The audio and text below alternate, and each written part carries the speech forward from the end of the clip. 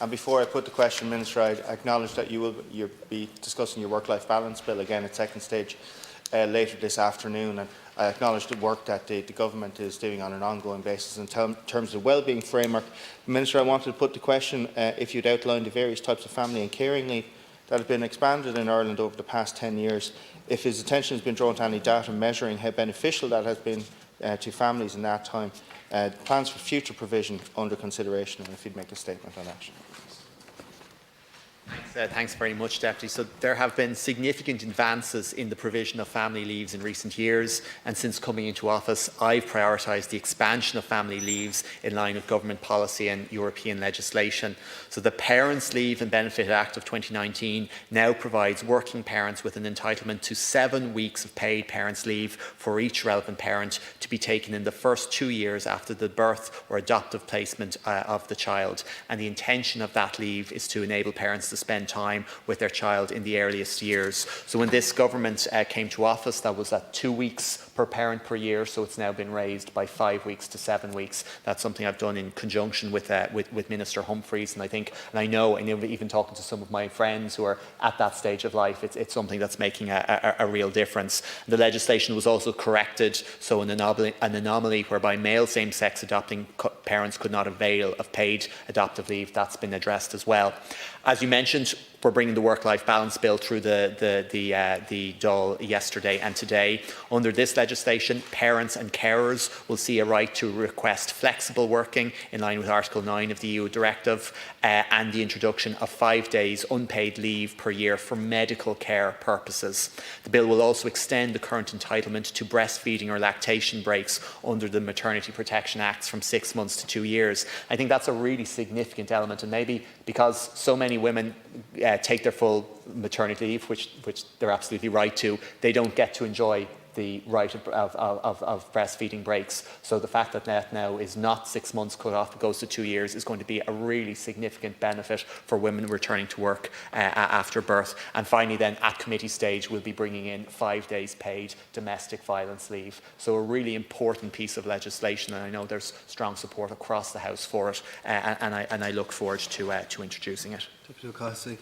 Yeah, thank you, Minister. The time frame, and it was put down by Deputy Ledden, as you know, but the time frame of the question is interesting in that it lays out 10 years, and actually my oldest fella is 10 years old, and I remember well on my oldest fella, and I was teaching at the time, I had 3 days leave, and by the time I had the second fella, it had extended to 2 weeks leave. And it moved away from the perception that maybe what Dad was doing after the birth of the child was going to the pub, because those days off weren't of benefit to me.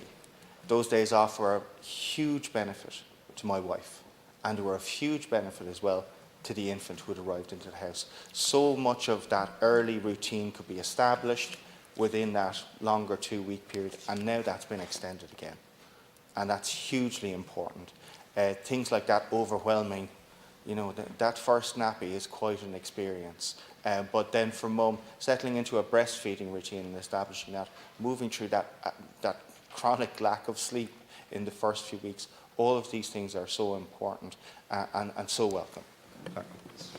Thanks, Deputy. And absolutely central to what we're trying to do here is to, I suppose, rebalance and support the rebalancing of those caring responsibilities and moving away from the perception that you put it in terms of what Mum and Dad are doing at this time. And that's why parents' leave isn't transferable. And I know there was some criticism at the time, but it has to be there's 7 weeks for Mum and 7 weeks for Dad. And if Dad doesn't take up, that's fine, but it won't be transferred, and it's there to support Dad to do those things, to support families as well, and I think that's the right approach. And I think again in terms of breastfeeding and the importance, and our colleague Senator Pauline O'Reilly had a motion in terms of some of the medical supports and other supports in the Seanad yesterday. Here's a practical support to encourage mums to be able to do that, and to ensure that workplaces recognise the importance of this and provide that additional time as well.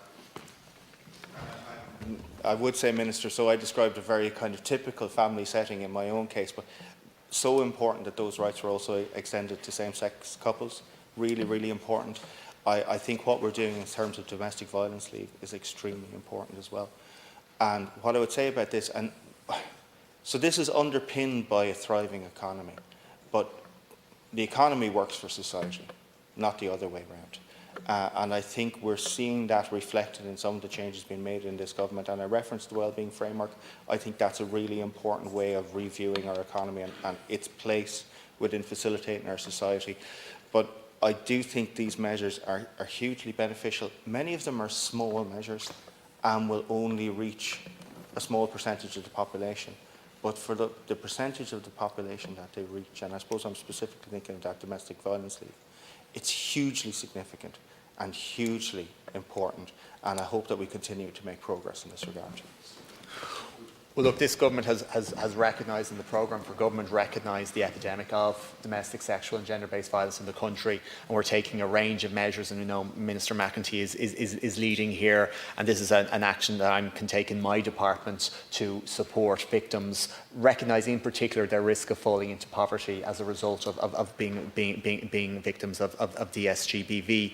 But in terms of, just coming back to that idea of family leave being good for the economy, but also it's good for society, and that's what we're trying to do. We're trying to support families in those early days where there are so many pressures. And just another initiative, we're working on the pilot on baby bundles, which I'll be rolling out later on this year. It's a small pilot, admittedly, but it's to start that process, and again putting in place a range of basic but really important items at the start, but also using that gift from the state to a new family to link them in with those really important services and supports that are there is so beneficial, and I look forward to rolling the pilot out and hopefully a positive evaluation emerging from it.